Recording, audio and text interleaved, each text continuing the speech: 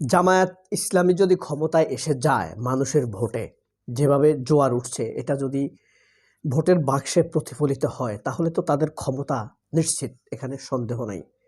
এবং তাদের যে রোডম্যাপ, মানুষের জন্য যে স্বপ্ন, করণীয়, যে কমিটমেন্ট দেখাইছে, সেগুলো কাছাকাছিও যদি পূরণ করতে পারে বাংলাদেশ বদলে যাবে। কিন্তু কথা সেটা না। কথা হলো জামায়াত ক্ষমতায় আসলে বিএনপি লীগ কি কোনো রকম সমঝোতা হবার সম্ভাবনা আছে? সমঝোতা হয়ে যাবে?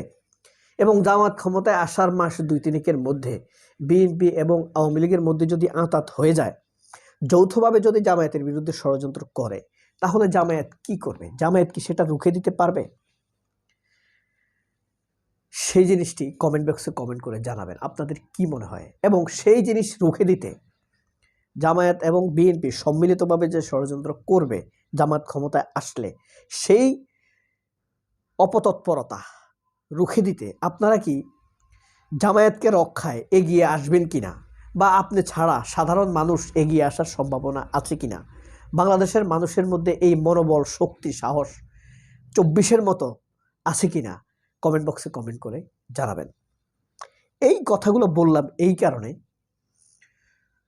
গত অক্টোবর মাস থেকে শুরু করে বিশ্ব শক্তিগুলো, শুধুমাত্র রাশিয়া ব্যতীত, চীন বলেন, আপনার আমেরিকা, ইউরোপীয় ইউনিয়ন, ব্রিটেনের রাষ্ট্রদূত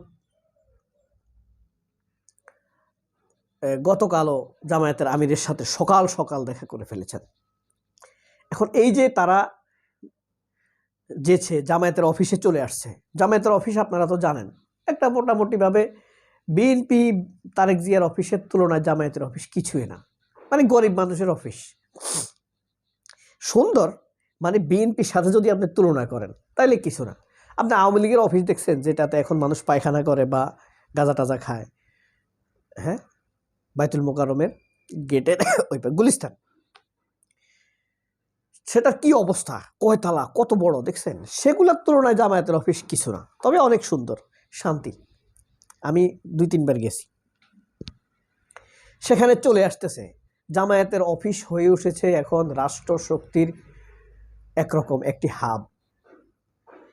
এমন কোনো রাষ্ট্রদূত নাই।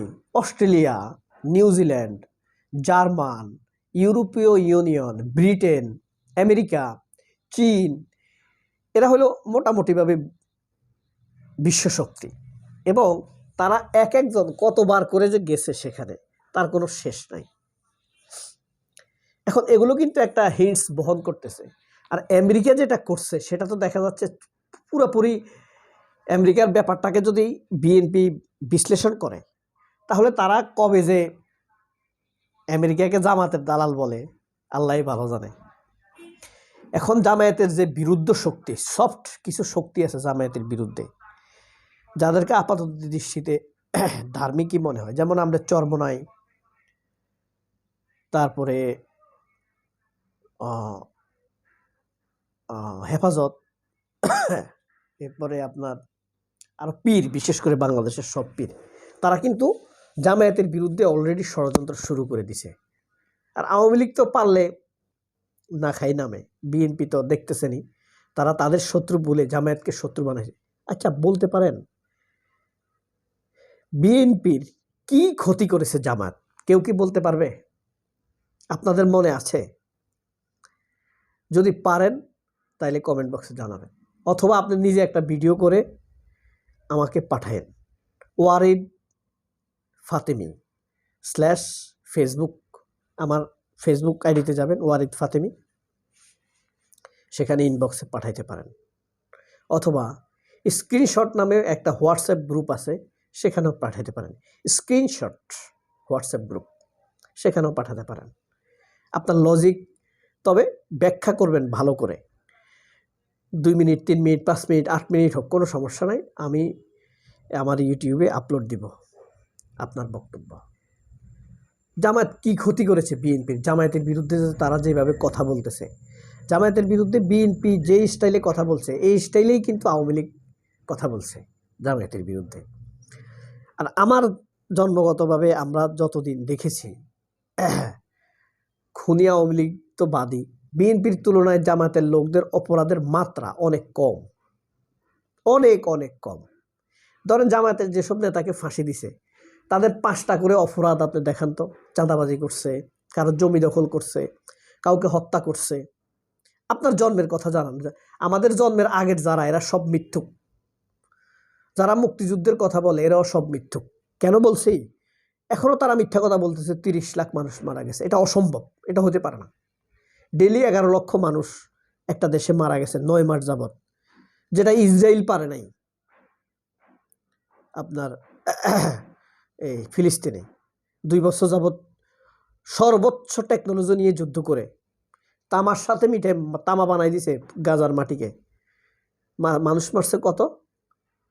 92,000। 2 বছর যুদ্ধ করে। পাকিস্তান 9 মাসে নাকি 30 লক্ষ মানুষ মারছে। এর মধ্যে নাকি আবার ডেলি 11,282 জন মারছে।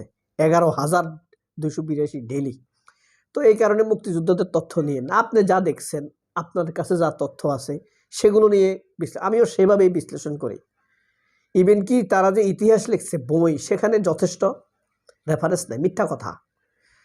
আন্দাজে 30 লাখ বলবে, আন্দাজে বলবে 2 লাখকে ধর্ষণ করছে, এগুলো বলবে। কিন্তু আমার জন্ম পর থেকে আমি এই যে শহীদ যারা হয়েছে, মতিউর রহমান নিজাম, এদেরকে শহীদই বলতে হবে। গোলাম আজম বলেন, কাউকে আমি এমন করতে দেখিনি। আর সাইদির কথা, আল্লামা সাইদির কথা, ও তো শিশুর মতো সরল, সে আবার মানুষ মারবে। তো এই কারণে বিএনপির আওয়ামী লীগ যদি এক হয়ে যায়, জামায়াত ক্ষমতায় আসলে রুখতে পারবে কি না, এটা সুচিন্তিত মতামত আমি আপনাদের কাছে চাই। কারণ ইতিমধ্যে যা দেখা যাচ্ছে, নির্বাচন যদি সুস্থ হয়, জামায়াতের ক্ষমতা আসা প্রায় নিশ্চিত। হ্যাঁ, সবার দিক থেকে গ্রিন সিগন্যাল, কেউ জামায়াতের ব্যাপারে নেগেটিভ, শুধু অ্যাকসেপ্ট দাদু ইন্ডিয়া, বড় ভাই, আগ্রাসনবাদী, দখলদার, ষড়যন্ত্রকারী, হত্যাকারীরা, যারা হাজার হাজার মুসলমানকে হত্যা করে প্রতি বৎসর, সীমান্তে মানুষ মারে, তারাই হইল জামাতের বিরুদ্ধে। চিন্তা করেন, কমেন্ট বক্সে লিখবেন। এক নম্বর প্রশ্ন হইল, বিএনপি জামাত ক্ষমতায় আসলে বিএনপি লীগ এক হয়ে যাবে কিনা। 2, একসাথে হয়ে ষড়যন্ত্র করবে কিনা, এক হবে কিনা, হইলে ষড়যন্ত্র করবে, তাই না? একটি প্রশ্নের সাথে আরেকটি প্রশ্নের সম্পূরক, লেজ লাগানো আছে। তবে জামায়াতের ক্ষমতা আসা প্রায় কনফার্ম লেভেলে আছে। আল্লাহ হাফেজ, আসসালামু আলাইকুম।